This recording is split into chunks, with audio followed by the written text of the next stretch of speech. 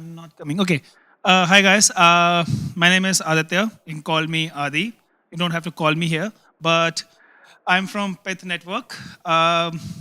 This I don't want because we are not a lot of people, and I can't interact with people who are watching it online if they are.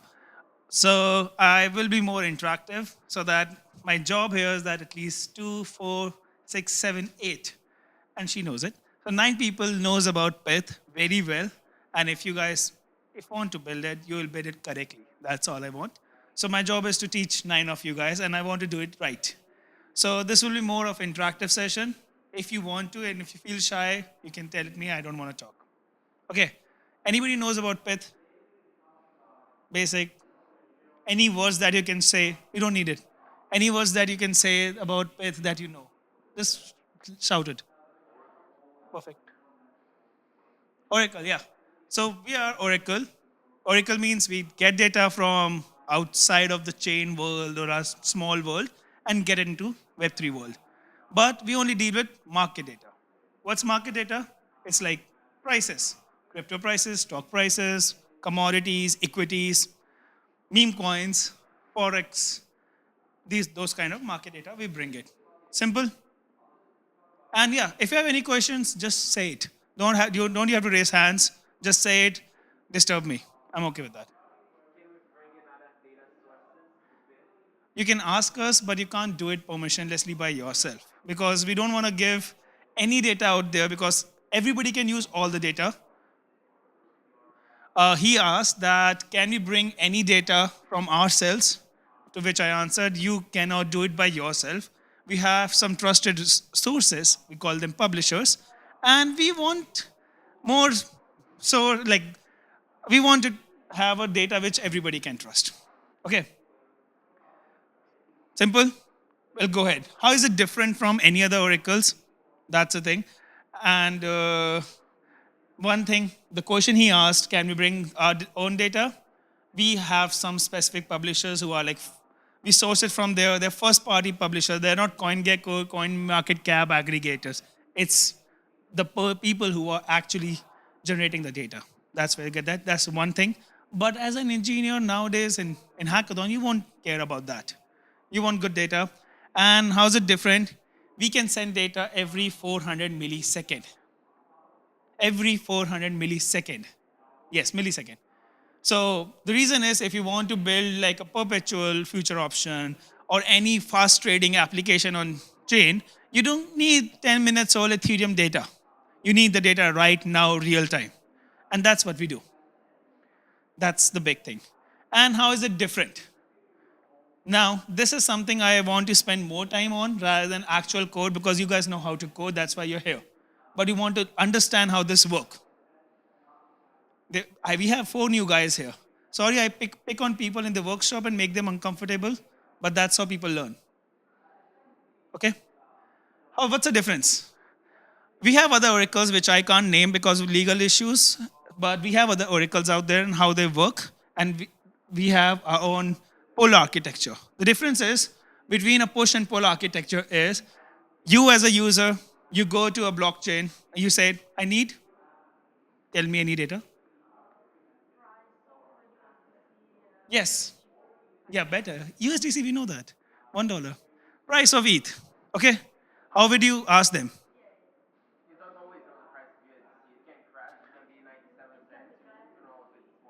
Thank you for correcting me. No, you're right. Yes, it DPEG, and we don't hard code it to 1. We always take it. So you want ETH price, you go to a smart contract like, dude, give me an ETH price.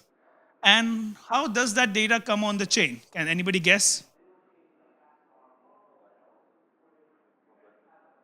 Who did the transaction? He said transaction. Who did that transaction? The Oracle provider. And when you do the transaction, you have to pay gas fees. So he's paying money for your data. And there are so many prices out there. We support 2,500 plus prices. And if I start putting every price, every millisecond, I don't have money. Not even my company has money. So we can't do that. That's why other oracles can only append every 10 minutes or every 5 minutes, whatever the heartbeat they set, or any price goes up and down. Oh, 1% going up, It's volatile. Let me push some prices. That's how it happens. Any question with this architecture? Simple. Somebody's there pushing prices. You are like, I'm consuming it for free or whatever the money you are paying them. Simple, simple. Database, ledger, all that. In our case, we saw there's a big gap here because you don't have authority to get the latest price here. So what we did, we have an Oracle network where we have all the prices. We want users and the DApp to retrieve prices whenever you want, and we will verify the prices on chain. Let me break in two parts. You retrieve the prices by yourself, and we will verify, because if you're retrieving the prices, you can change it. I can change E to 10,000, I'll be rich. And I put some position out there. But somebody has to verify the prices. So we also verify it that you're not changing the price in between. And how does we do that? Try to teach here, but this will give you more understanding how we work and why we are different and why you can build fast applications using Pyth. Okay? So the difference is you have to pull the prices here. In other oracles, you can just consume it. And just a small thing, you can use this as a push oracle by creating a bot. We already have a bot which keep pulling the prices for you. Okay? Now, any questions? Are you sure? I can ask some people who are not paying attention here behind. I'm just kidding. Oh, okay. I'll do one thing. I don't like to code here, so I'll just show it in front of you how we can do all of things by traversing through our docs. Because there's so many things, and I don't want anybody to get confused. So, when I say you can pull prices, you are pulling prices from an Oracle network. So, we have a service called Hermes, which connects to our network and give you the prices. So, being very raw, open the Swagger file, okay? And I need price for Ethereum. I just hard coded the feed here, but I'll tell you how to get this feed ID. I have the pointer, sorry. It's fun. You can get this. I'll tell you how later. But if I click on execute here, you see you get a blurb of some data. Okay? But you get the price here. It's an off-chain, no blockchain here till now. You see the price here? It's the price, exponent, and the published time. It's actually right now, like 2 seconds back, because it's been 2 seconds I pressed that button. Okay? This is simple. You get the price off-chain.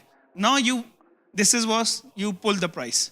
Now you want to verify the price on-chain. The second part, that's how you can do that. You have a question? Sorry. No? So in our price feeds, if you go to like guides in Pyth core, we're working on the Pyth core, using pool integration in EVM contracts, you can see the contract is only of 3 lines. 1, 2, and 3. I'm not good at pointing things. But yeah, only 3 lines. The first one is Pyth get update fee. And one transaction, you can verify more than 150 prices. And we take 1 way, or the lowest denominator of Ethereum. That much, that's nothing to verify prices. Second line, update. It's not working. Yeah, hey, it's update price feeds. Here, if you see there's a price update here. This is the blurb that you saw in that file. This blurb that you saw here, you copy this, you paste it in the Ethereum contract, and it will update it for you. And after that, you just consume the prices with get price no older than or get price here. With the time 60, like if the price is older than 60, it will give you an error. You can change it by 5 seconds, 500 hours, whatever you want. So using this, in three lines of code, you can fetch the latest price. So you fetch it from a Web2 API. There's a signed data, which is like the blurb of big data. You pass it in the function. You get the... I have a very thick Indian accent, I just realized. So you pass it in a P, you update it, and you get the price. Was a very bad explanation?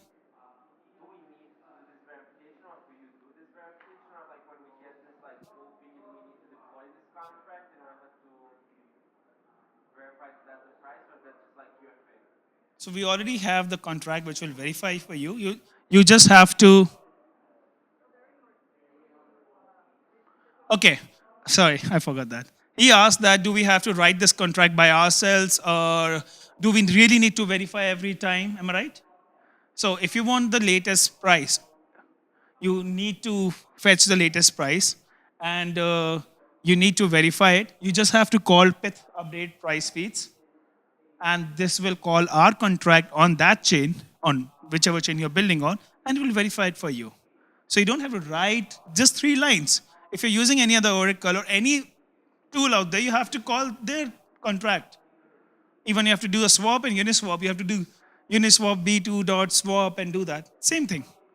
Dot update price feeds. And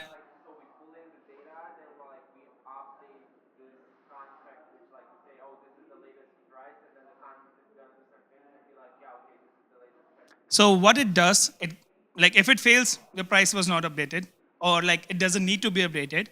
And what it does, we maintain a state variable of every price. It will update that.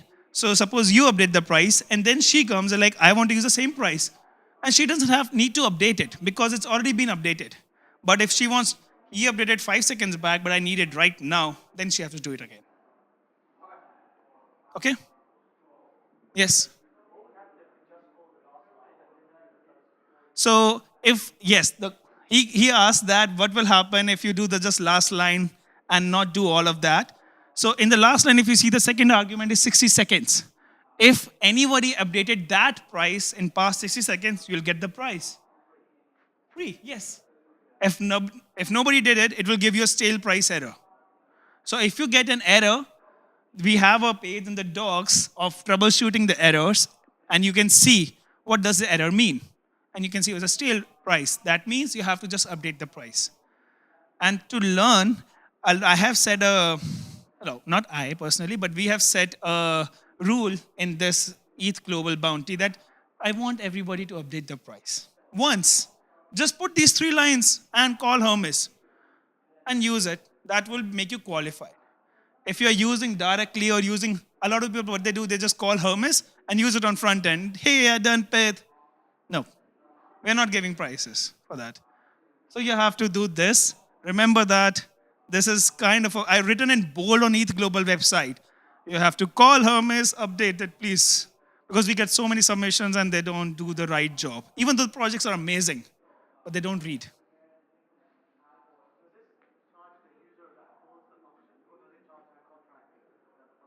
The contract. So if this transaction being originated by a wallet, they have to pay. If it's called by any other contract, the other contract will pay, but it's one way. It's yeah, but it is. So you have to make this method payable. That's a big thing. Don't forget to make this payable because it will take money from the contract or EOA. Simple. Okay? Clear? Okay, clear. Perfect. So, and we have 10K bounty for price feeds and 10K for random number. It's called entropy. Okay? And I'll explain, how much time do we have? We have 15 minutes. 15, I'm saying, yeah. 6 minutes? Only 20 minutes? I'll make it 10, okay. So this is, next thing is entropy. It's like you want a random number, non-deterministic random number on your contract. You don't have to understand everything, don't worry. I just put it there to make it more complex. It's very simple though. So you need a random number, non-deterministic random number on chain. How do you do that? We have 6 minutes, so let me directly go to the code. You go to entropy.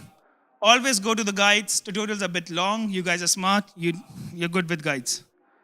Okay, let's go directly to the whole contract. If you see here, what we have to do. So it works on a commit reveal protocol, which I will understand, which I'll teach you how. But before that, we'll go to the code. If you see this function, yeah, I love this. Request random number. Okay? You go to random number, you say entropy get fee, like you ask how much fee I have to pay because it's a variable fees. You get the fee, and you call this entropy request v2. Simple. What it does, it will request a random number, and in the next transaction, or we have a delay, After that delay, it will call this method entropy callback, which you have to implement in your contract because it will be called from us to your contract. It's like a callback function for any ERC721 NFT when you are transferring. Similar, you have to implement this entropy callback and it will give the random number in the argument and you will get the random number. Implementation is simple. Now, if you want to understand how it works in behind and how it's true random, I can help you with that. But before that, if you have any questions with implementation, I'm going to clear it here and I can help you with the logic behind it later. Yes. No. Next future block. And you can see the future, how many blocks after that will happen in contract and provider addresses. We are deployed on so many chains, the random number, and you can see the reveal delay for every block, every chain. Yes. So the fee is not fixed because of different gas, because we have to call a transaction for you. Oh, the question was the fee, why the fee is not fixed. Sorry. You stared at me, so I remember. So why the fee is not fixed? Because we have to call a transaction and we want it to land in the next block or after the reveal delay. So we sometimes have to pay premium when there's a lot of traffic on the chain. So that's why the fee is not fixed. We don't change the fees way too often, but it's a good practice not to hard code a fee. Everybody understood the implementation for this, or did I went just to? Okay. Uh, we have a forum. If you have any questions, we might not be available on the booth at the booth. We'll be there, but we get sleepy sometimes. So you can please post on the forum. Our engineers are tagged when somebody posted on forum, and we have almost answered a lot of frequently asked questions on the forum. So I recommend everyone to post it there. If we are not there. If you're there, we'll definitely help you. Now I have time. Let me tell you how entropy works. And if you start getting bored, we can talk about something else. Okay? Yes? Yes? Next block. It's a reveal delay. He asked, there was written 0 blocks. That means the same block. That means the delay is 0 block.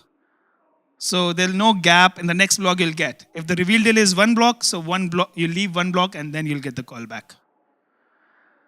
Okay. I'll try to be very short in this because I have 3.5 minutes.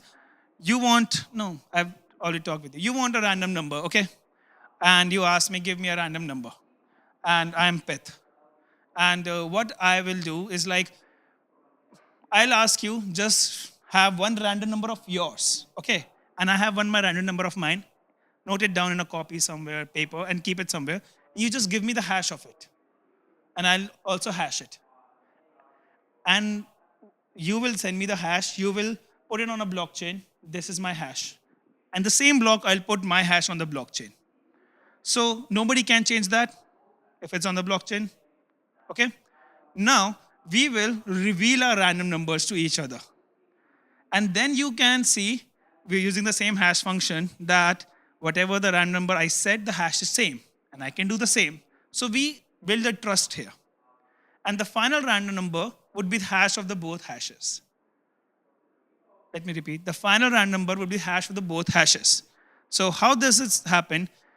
If I'm being malicious and I can give I want to hack your system, but I don't know your random number, but you will give. Okay, if you want to be malicious, you might give some number which you feel like, but you don't know what next random number I will give. So that's why it's called two-phase commit reveal protocol, where you commit the random number and then you reveal it later. And that's how you get the random number. So you don't need to run air nodes or some extra things to generate random numbers, or like lamps in some offices. That's how most of the people do. You don't need to do that. It's very simple, cheap, permissionless. You don't have to stake some tokens to get the random numbers here. That's straightforward. That's how it works.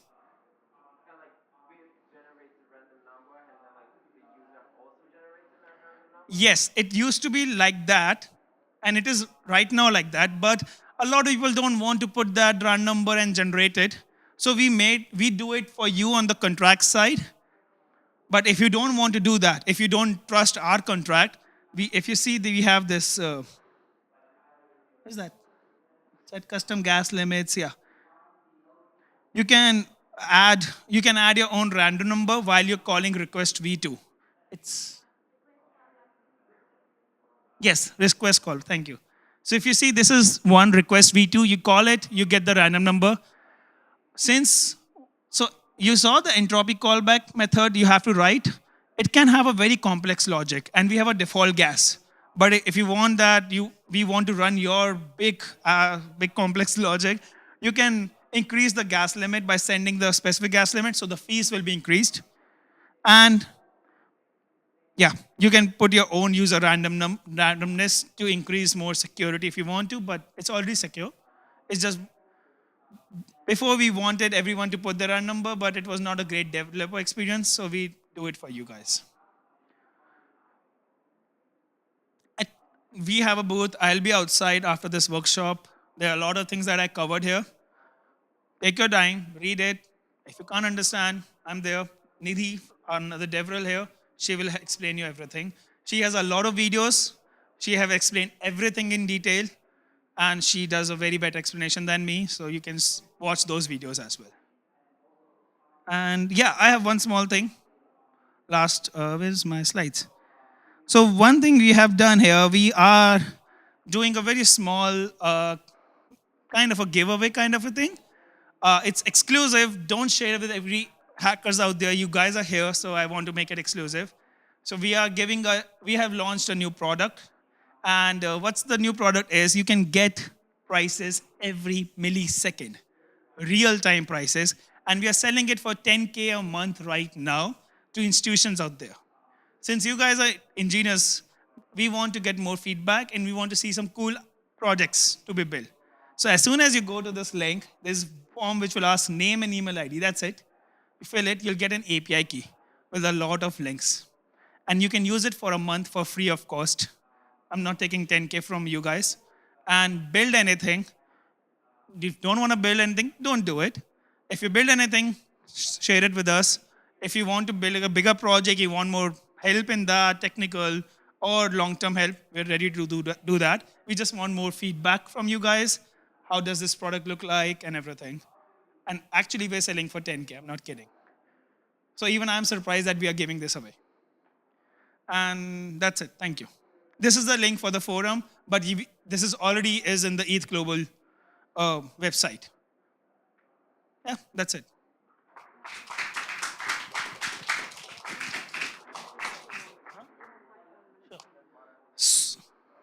There's another thing that I just got to know. I have 5 more minutes to talk, but if anybody wants to talk or anybody ask question or about Pith, yes. So are you looking for projects more in like financial sector? Can it be something completely different, like healthcare, for example? Like we are building basically a proof of sleep protocol, and we would definitely use the entropy there. And yeah, is that okay? Are you looking for like some crazy projects, or is it only like trading, finance, and all this kind of usual stuff? See, if we wanted a usual stuff, we would have definitely mentioned it. The one thing we do, we don't mention any type of use cases.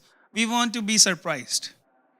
And that's why I don't want to limit you guys, just build the best DeFi out there or prediction market. Build it, like use price feeds for your healthcare project. I don't know how will you use it. If you use it, we like it, we're happy to support you guys. We will also learn from you guys. So yeah, there's no limitation. That's the answer.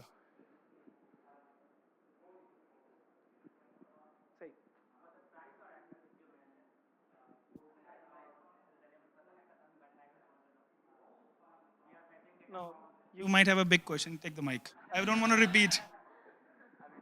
So we are fetching data from Hermes, that is off-chain, right? And then with that 3 lines of code which you mentioned, we are verifying the price. I just want to know how the price are getting verified on-chain. That's a very relevant question. I never covered it because I don't need to unless someone asks. So we are sending 400 prices every 400 millisecond. We're sending 2,500 plus prices every 400 millisecond. What we do, we sign the data, we create a Merkle root of that data, and we send it via bridge to all the chains out there. So when you go and you're like, I need to verify the price, we then confirm with the Merkle root of that signed data. And that's how we know that you have fetched the data from Pithnet or Hermes.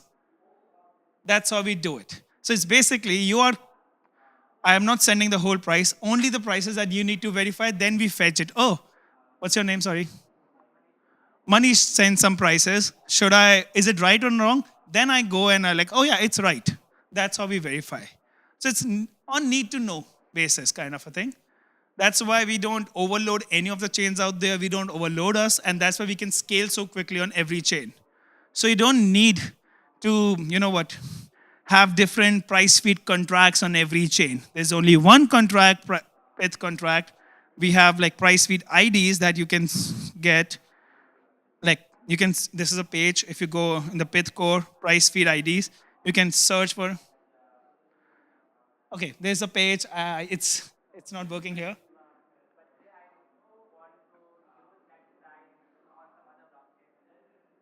We support 110 mainnets, and the price feed IDs are same for every chain.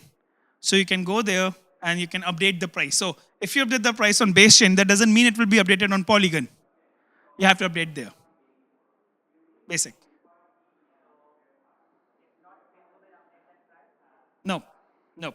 So we do update prices on some chains by ourselves, which is like every hour based. You can find that into push feeds. So when you go to documentation, and it will be like two ways, using pull integration, using push integrations. In push integration, we are updating the prices for you on some cadence or some heartbeat and threshold. You can use that, but that won't be eligible for the bounty. I always say, if you understand how the pull works and you use push feeds, you will be eligible, but you have to show us in one way or another way. So stick on the pull for this hackathon. But if you're building a project where you need only push feeds, go for it.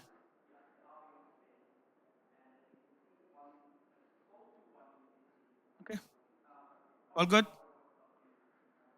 I'll be outside. Nidhi will be there. There's another engineer. Happy to help you guys. Okay. Thank you.